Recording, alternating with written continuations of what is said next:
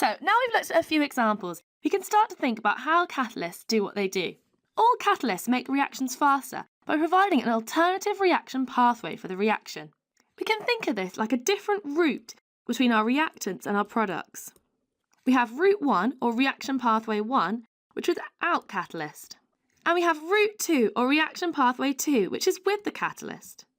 The important point being that the route with the catalyst makes the reaction faster, as we saw in our definition of a catalyst. Catalysts work by lowering the activation energy of the reaction. This means that this alternative pathway opened up by introducing the catalyst has a lower activation energy required for the reactant particles.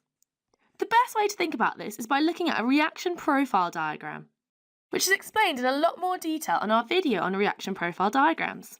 As a quick reminder, one of these diagrams has reaction progress along the x-axis and energy up the y-axis, with horizontal lines indicating the energy level of the reactants and the products. Smooth lines are drawn between the reactants and the products, indicating the reaction pathway.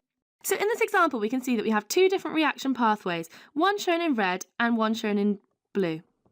What we're thinking about here, when we're thinking about how a catalyst works, is the activation energy required for the reactant particles. And we can define this as the difference between the reactant's energy level and the highest point on the reaction pathway curve. This represents the energy that needs to be put into the reactants in order to start breaking their bonds and get the reaction to start happening. I'm just going to relabel these in the right colour for each reaction pathway. Hi guys!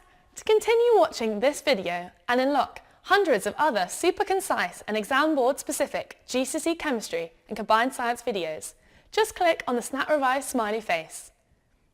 Join me today and together let's make Chemistry at GCSE a walk in the park.